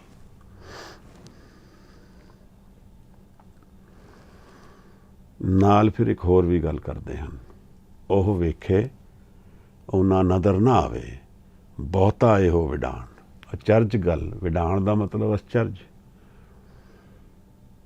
ਬਹੁਤਾ ਤਾਂ ਇਹ ਵਿਡਾਣ ਹੈ ਕਿ ਉਹਨਾਂ ਨੂੰ ਨਜ਼ਰ ਵੀ ਨਹੀਂ ਕੋਈ ਆਉਂਦਾ ਕਿ ਕੌਣ ਹੈ ਕਰਨ ਵਾਲਾ। ਉਹ ਸ਼ਕਤੀਆਂ ਨਜ਼ਰ ਵੀ ਨਹੀਂ ਰੱਖਦੀਆਂ।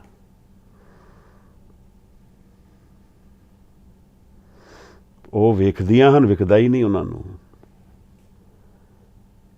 ਉਹ ਜਿਹੜਾ ਨਿਰੰਕਾਰ ਹੈ ਆਪਣੀ ਹੋਂਦ ਨੂੰ ਹਾਜ਼ਰ ਕਰਦਾ ਹੈ ਆਪਣੇ ਤਰੀਕੇ ਨਾਲ।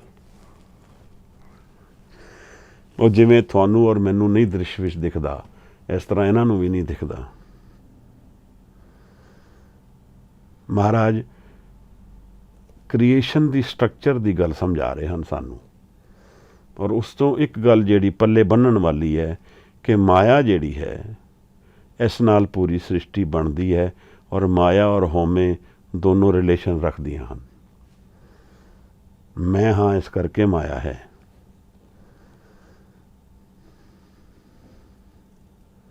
ਏਕਾ ਮਾਈ ਜੁਗਤ ਵਿਆਈ, ਤਿੰਨ ਚੇਲੇ ਪ੍ਰਵਾਨ। ਉਹਨਾਂ ਤੋਂ ਤਿੰਨ ਸ਼ਕਤੀਆਂ ਚੱਲੀਆਂ ਹਨ। ਉਸ ਮਾਇਆ ਤੋਂ ਤਿੰਨ ਬਣੀਆਂ ਹਨ, ਜਿਹੜੀ ਇਸ ਕ੍ਰੀਏਸ਼ਨ ਦੇ ਵਿੱਚ ਚੇਂਜ ਦੇ ਵਿੱਚ ਬਹਿ ਰਹੀਆਂ ਹਨ। ਤਿੰਨ ਗੁਣ ਹਨ, ਬ੍ਰਹਮ ਵਿਸ਼ਨੂੰ ਸ਼ਿਵ ਤਿੰਨ ਹਨ। ਇਹ ਤ੍ਰਿਕੁਟੀ ਤੱਕ, ਇਸ ਕਰਕੇ ਸ਼ਬਦ ਤ੍ਰਿਕੁਟੀ ਵੀ ਆਉਂਦਾ ਹੈ।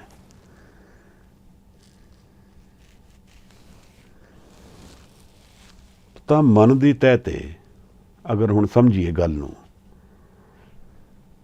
ਤਾਂ ਮੈਂ ਜਦੋਂ ਉਸ ਮਨ ਦੀ ਅਵਸਥਾ ਵਿੱਚ ਹਾਂ ਜਿੱਥੇ ਤਿੰਨ ਗੁਣ ਹਨ, ਤਾਂ ਉਹ ਸਦਾ ਚੇਂਜਿੰਗ ਮਾਈਂਡ ਹੈ। ਉਸ ਸ਼ਕਤੀ ਨੂੰ, ਉਸ ਅਵਸਥਾ ਵਿੱਚ ਮੈਨੂੰ ਨਹੀਂ ਦਿਖਦਾ ਉਹ ਕਿ ਉਹ ਕਿੱਥੇ ਹੈ। ਉਹ ਵੇਖੇ ਉਹਨਾਂ ਨਜ਼ਰ ਨਾ ਆਵੇ। ਔਰ ਉਹ ਜਿਹੜੀ ਮਨ ਦੀ ਅਵਸਥਾ ਹੈ ਉਹ ਕਿਸੇ ਇਸ ਤਰ੍ਹਾਂ ਦੇ ਕੰਟਰੋਲ ਵਿੱਚ ਹੈ ਕਿ ਦਰਅਸਲ ਉਹਦੇ ਆਪਣੇ ਦਾਇਰਾ ਬੜਾ ਛੋਟਾ ਹੈ। ਜਿਵ ਤਿਸ ਭਾਵੇ ਤਿਵੇਂ ਚਲਾਵੇ। ਉਹਦਾ ਹੁਕਮ ਇਸ ਮਨ ਨੂੰ ਇਸ ਤਰ੍ਹਾਂ ਬੰਨਿਆ ਹੋਇਆ ਹੈ ਕਿ ਇਹ ਬਹੁਤ ਜ਼ਿਆਦਾ ਫਰੀਡਮ ਨਹੀਂ ਹੈ। ਜਿਵੇਂ ਉਹ ਪਾਉਂਦਾ ਹੈ ਇਸ ਤਰ੍ਹਾਂ ਇਹਨੂੰ ਚਲਾ ਦਿੰਦਾ ਹੈ। ਜਿਵੇਂ ਉਹਦਾ ਫਰਮਾਨ ਹੈ ਇਸ ਤਰ੍ਹਾਂ ਇਹ ਬਣ ਜਾਂਦਾ ਹੈ।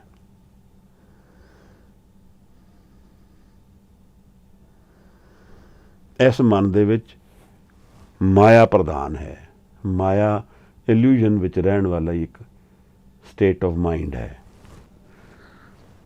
ਜਿੱਥੇ ਮੈਂ ਸਦਾ ਹੀ ਇਹ ਸੋਚਦਾ ਰਹਿੰਦਾ ਵਾਂ ਕਿ ਮੈਨੂੰ ਇੱਥੋਂ ਸੁੱਖ ਮਿਲੇਗਾ, ਇਹ ਮੇਰੇ ਸੁੱਖਾਂ ਦਾ ਕਾਰਨ ਹੈ, ਔਰ ਮੈਂ ਉੱਥੇ ਤੱਕ ਸੀਮਤ ਰਹਿੰਦਾ ਹਾਂ।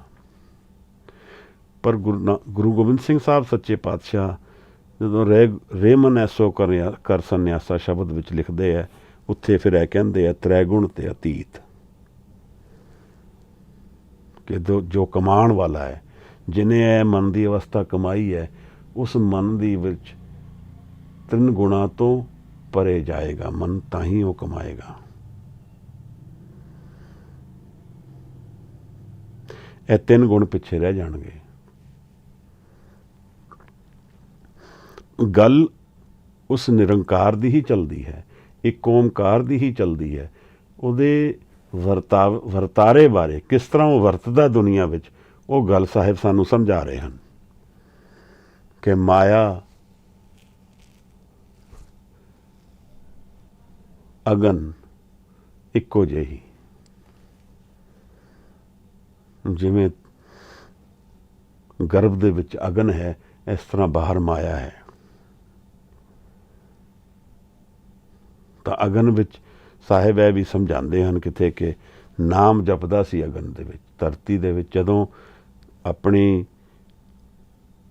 ਮਾਤਾ ਦੇ ਗਰਭ ਦੇ ਵਿੱਚ ਸੀ, ਨਾਮ ਜਪਦਾ ਸੀ ਤਾਂ ਬਚਿਆ ਰਿਹਾ। ਇਸ ਤਰ੍ਹਾਂ ਦੁਨੀਆ ਵਿੱਚ ਜਦੋਂ ਅਸੀਂ ਆਏ, ਨਾਮ ਭੁੱਲ ਗਏ ਤੇ ਬਚੇ ਨਹੀਂ। ਫਿਰ ਮਾਇਆ ਦਾ ਰੰਗ ਮੇਰੇ ਮਨ ਤੇ ਚੜ੍ਹ ਗਿਆ। ਇਹ ਮਨ ਬੜੀ ਇੰਪ੍ਰੈਸ਼ਨੇਬਲ ਵਸਤੂ ਹੈ। ਜਿਸ ਤਰ੍ਹਾਂ ਦੀ ਸੰਗਤ ਰੱਖੇਗਾ, ਜਿਸ ਤਰ੍ਹਾਂ ਦੇ ਇੰਪ੍ਰੈਸ਼ਨਸ ਵਿੱਚ ਰਹੇਗਾ, ਉਸ ਤਰ੍ਹਾਂ ਦਾ ਮਨ ਦਾ ਬਹਾਵ ਹੋ ਜਾਏਗਾ। ਅਗਰ ਸ਼ਬਦ ਦੇ ਨਾਲ ਸਾਂਝ ਪਾਏਗਾ ਤਾਂ ਨਿਰੰਕਾਰ ਰੂਪ ਹੋ ਜਾਏਗਾ। ਅਗਰ ਮਾਇਆ ਦੇ ਨਾਲ ਸਾਂਝ ਪਾਏਗਾ, ਨਾਮ ਭੁੱਲ ਜਾਏਗਾ, ਤਾਂ ਫਿਰ ਮਾਇਆ ਇਹਨੂੰ ਗ੍ਰਸ ਲਏਗੀ।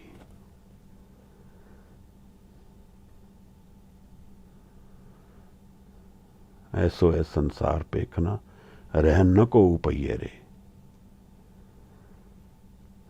सूदे सूदे रेग चलो तुम, नतर को तक्का दे बैये रे। मानस बपुरा मूसा कीनो, मीच वलैया खइये रे। मानस एक चूहे की तरह, बिल्ली एक माया जिन्हें खा लिया इसनों। क्योंकि मैं माया तो पार जाण दी विधि नहीं समझी। मैं माया नू सत जान लिया, माया दे बनाण वाले नू जानन ते शक्ति नहीं लगाई। मैं ये जान लिया कि जो चीज़ मैनू सदा नहीं रहनी, उसनू मैं सदा ਲਈ जान लिया। ਜਿਹੜੀ ਚੀਜ਼ਾਂ ਉਹ ਵਸਤੂ ਜਾਂ ਸਥਾਨ ਜਾਂ ਲੋਕ ਜਾਂ ਅਵਸਥਾ ਮੈਨੂੰ ਨਹੀਂ ਦੇ ਸਕਦੀ, ਜੋ ਮੈਂ ਜਾਣ ਲਿਆ ਕਿ ਉਹ ਦੇਗੀ। ਬਸ ਇਹਨਾਂ ਗੱਲਾਂ ਦੇ ਵਿੱਚ ਮੇਰਾ ਮਨ ਉਲਝ ਗਿਆ।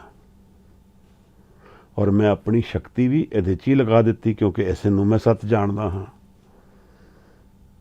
ਚੋਇਸਿਸ ਤਾਂ ਮੇਰੀਆਂ ਨੇ, ਪਰ ਉਸ ਦੇ ਕਾਰਨ ਜੀਵਨ ਦੇ ਵਿੱਚ ਹਾਰਨਾ ਜਾਂ ਜੀਣਾ, ਹਾਰਨਾ ਜਾਂ ਜਿੱਤਣਾ,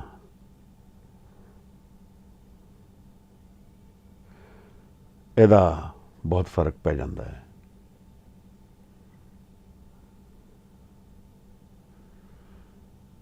ਜਿੱਤ ਕੇ ਤਾਂ ਉਹ ਜਾਂਦੇ ਹਨ ਜਿਹੜੇ ਨਾਮ ਦੇ ਵਪਾਰੀ ਹਨ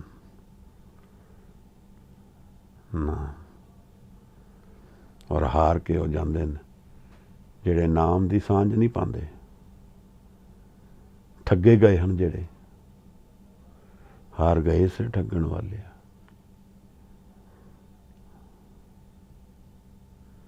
ਤੇਰੇ ਨਾਮ ਰਤੇ ਸੇ ਜਿਣ ਗਏ, ਉਹ ਜਿੱਤ ਕੇ ਗਏ ਹਨ। ਹੁਣ ਪ੍ਰਸ਼ਨ ਇਹ ਉੱਠਦਾ ਹੈ ਕਿ ਮੈਂ ਆਪਣੇ ਮਨ ਨੂੰ ਨਾਮ ਦੇ ਵਿੱਚ ਕਿਤਨੀ ਦੇਰ ਡੁਬਾ ਸਕਦਾ ਹਾਂ? ਆਪਣੇ ਆਪ ਨੂੰ ਭੁੱਲ ਕਿਵੇਂ ਜਾਵਾਂਗਾ?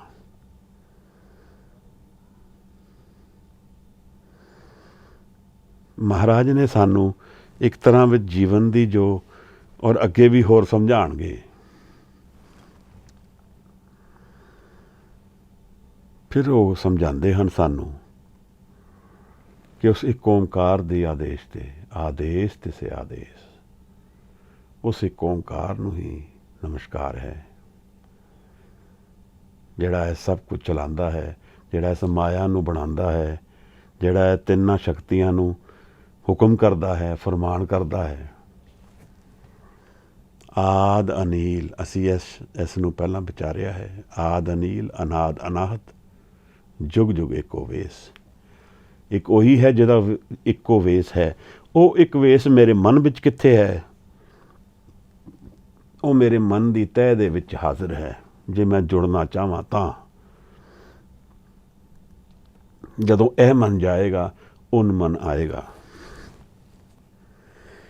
ਇਹ ਅਸੀਂ ਕਈ ਵਾਰ ਵਿਚਾਰ ਚੁੱਕੇ ਹਾਂ।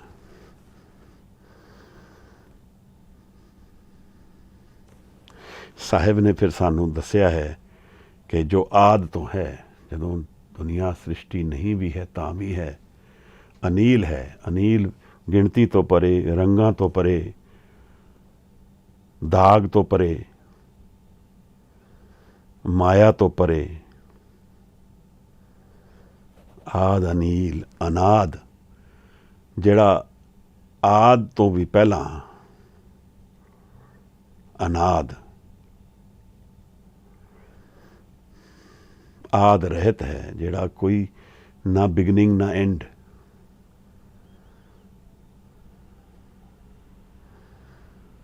ਉਹਦੇ ਸ਼ੁਰੂਆਤ ਨੂੰ ਢੂੰਡਣ ਜਾਓਗੇ ਨਹੀਂ ਮਿਲੇਗਾ, ਉਹਦੇ ਅੰਤ ਨੂੰ ਢੂੰਡਣ ਜਾਓਗੇ ਨਹੀਂ ਮਿਲੇਗਾ। ਇਹ ਗੱਲ ਜਪਜੀ ਸਾਹਿਬ ਵਿੱਚ ਸਾਨੂੰ ਕਈ ਵਾਰ ਦਰਸ਼ਨ ਕਰਾਏ ਹਨ ਗੁਰੂ ਨਾਨਕ ਸਾਹਿਬ ਨੇ।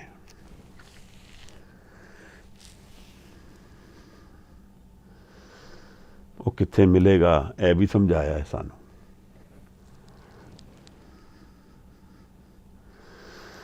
ਅਨਾਦ ਅਨਾਹਤ, ਜਿਹੜਾ ਕਦੇ ਹੱਤਿਆ ਨਾ ਹੋ ਸਕੇ, ਜਿਹੜੀ ਆਵਾਜ਼ ਬਿਨਾਂ ਕਿਸੇ ਸੋਰਸ ਤੋਂ ਆ ਰਹੀ ਹੋਏ।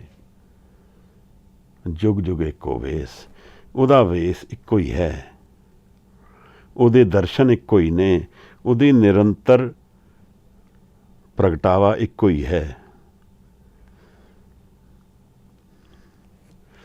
ਬਿਨ ਗੁਰ ਮੁਕਤ ਨਾ ਪਾਈਏ, ਨਾ ਦੁਬਦੇ ਮਾਇਆ ਜਾਏ।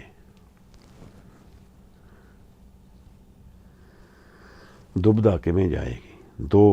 ਦੋ ਚਿੱਤੀ ਮਨ ਇੱਕ ਚਿੱਤ ਕਿਵੇਂ ਹੋਏਗਾ? ਸ਼ਬਦ ਦੇ ਰਾਹੀਂ ਹੋਏਗਾ। ਸ਼ਬਦ ਉਸ ਨਿਰੰਕਾਰ ਰੂਪ ਵਿੱਚ ਸਾਕਾਰ ਪ੍ਰਗਟਾਵਾ ਹੈ। ਸ਼ਬਦ ਨਿਰਾਕਾਰ ਹੈ, ਪਰ ਗੁਰੂ ਗ੍ਰੰਥ ਸਾਹਿਬ ਵਿੱਚ ਪ੍ਰਗਟ ਹੈ। ਤਾਂ ਨਿਰੰਕਾਰ ਨੇ ਸ਼ਬਦ ਗੁਰੂ ਨਾਨਕ ਸਾਹਿਬ ਦੇ ਥਰੂ ਹਾਜ਼ਰ ਕੀਤਾ। ਗੁਰੂ ਅਰਜਨ ਸਾਹਿਬ ਨੇ ਉਸ ਨੂੰ ਪ੍ਰਮਾਣਿਤ ਕਰਕੇ ਦਰਜ ਕੀਤਾ। ਉਸ ਦੇ ਸੋਰਸ ਤੋਂ ਸ਼ਬਦ ਆ ਰਿਹਾ ਹੈ। ਇਹ ਗੁਰੂ ਗ੍ਰੰਥ ਸਾਹਿਬ ਜੀ ਦੇ ਸ਼ਬਦ ਉਹੀ ਸੋਰਸ ਨੇ ਤੇ ਸ਼ਬਦ ਨੇ। ਤਾਂ ਉਸ ਦੇ ਨਾਲ ਜੁੜਨ ਦੀ ਵਿਧੀ ਇਹ ਸ਼ਬਦ ਹੈ।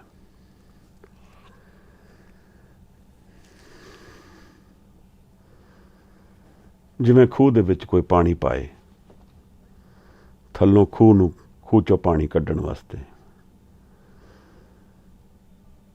ਜਲ ਤਾਂ ਇੱਕੋ ਹੀ ਹੈ, ਪਰ ਥੱਲੇ ਇੱਕ ਸਮੁੰਦਰ ਹੈ ਪਾਣੀ ਦਾ, ਉਹਦੇ ਨਾਲ ਜੁੜਦਾ ਹੈ। ਇਸ ਤਰ੍ਹਾਂ ਸ਼ਬਦ ਰੂਪ ਨਿਰਾਕਾਰ ਵਿੱਚ ਹਰ ਜਗ੍ਹਾ ਪ੍ਰਗਟ ਹੈ, ਇਸ ਸ਼ਬਦ ਦੇ ਨਾਲ ਉਹਦੇ ਨਾਲ ਜੁੜਦਾ ਹੈ। ਕਿਸ ਚੀਜ਼ ਦੀ ਲੋੜ ਹੈ? ਇਕਾਗਰ ਮਨ ਦੀ, ਮਨ ਦੀ ਇਕਾਗਰਤਾ ਦੀ ਲੋੜ ਹੈ, ਧਿਆਨ ਦੀ ਲੋੜ ਹੈ। ਮਨ ਨੂੰ ਉਸ ਤਰ੍ਹਾਂ ਬਣਾ ਦੇਣਾ ਜਿਸ ਤਰ੍ਹਾਂ ਉਹਦਾ ਰੂਪ ਹੈ। ਮਨ ਆਪਣੇ ਆਪ ਵਿੱਚ ਧਿਆਨਸਤ ਹੈ। ਮੈਂ ਉਹਨੂੰ ਵੰਡ ਕੇ ਕਈ ਦਰਸ਼ਨ ਉਹਦੇ ਕਰ ਦਿੱਤੇ, ਹਉਮੈ ਨੇ ਕੀਤੇ। ਮਾਇਆ ਕਿਸ ਨੂੰ ਆਖੀਏ, ਕਿਆ ਮਾਇਆ ਕਰਮ ਕਮਾਏ।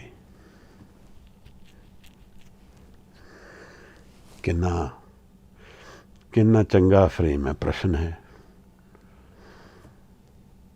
ਬਿਨ ਗੁਰ ਮੁਕਤ ਨਾ ਪਾਈਏ, ਨਾ ਦੁਬਦਾ ਮਾਇਆ ਜਾਏ। ਮਾਇਆ ਕਿਸ ਨੂੰ ਆਖੀਏ, ਕਿਆ ਮਾਇਆ ਕਰਮ ਕਮਾਏ।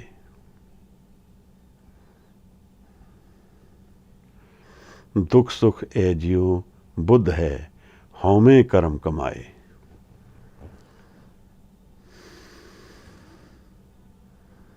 ਬਿਨ ਸ਼ਬਦੇ ਭਰਮ ਨਾ ਚੁੱਕੀਏ, ਨਾ ਵਿੱਚੋਂ ਹਉਮੈ ਜਾਏ। ਬਿਨ ਪ੍ਰੀਤ ਭਗਤ ਨਾ ਹੋਵਈ, ਬਿਨ ਸ਼ਬਦੇ ਥਾਏ ਨਾ ਪਾਏ। ਪ੍ਰੇਮ ਨਾਲ ਸ਼ਬਦ ਦੇ ਵਿੱਚ ਲੀਨ ਹੋ ਜਾਈਏ, ਮਹਾਰਾਜ ਕਹਿੰਦੇ ਨੇ ਸਭ ਭੇਦ ਖੁੱਲ ਜਾਣਗੇ। ਸ਼ਬਦੇ ਹਉਮੈ ਮਾਰੀਏ, ਸ਼ਬਦ ਕਾ ਭਰਮ ਜਾਏ, ਮਾਇਆ ਕਾ ਭਰਮ ਜਾਏ।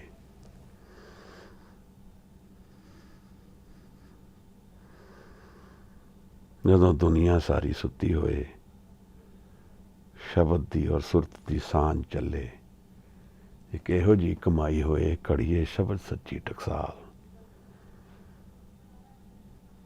ਮੇਰਾ ਮਨ ਬਦਲ ਜਾਏ।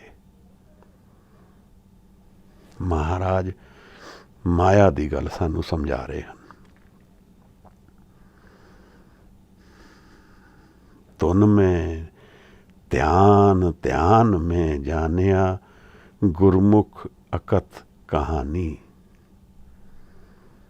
ਮਹਾਰਾਜ ਕਹਿੰਦੇ ਨੇ ਧੁਨ ਦੇ ਵਿੱਚ ਧਿਆਨ ਪਾ ਦੇ।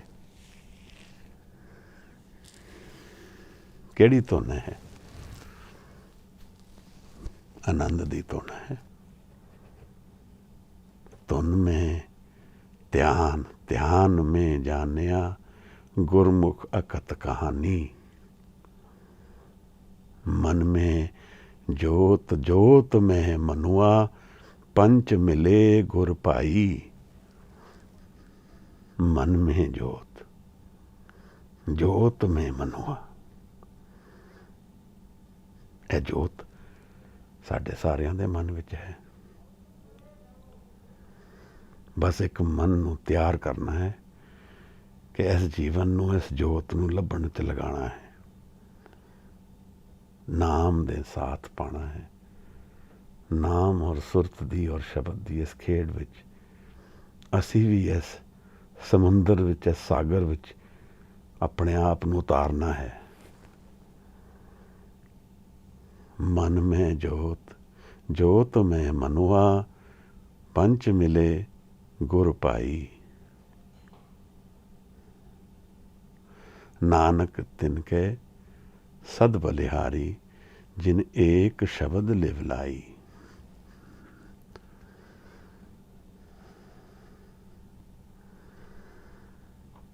वाहिगुरु किरपा करन।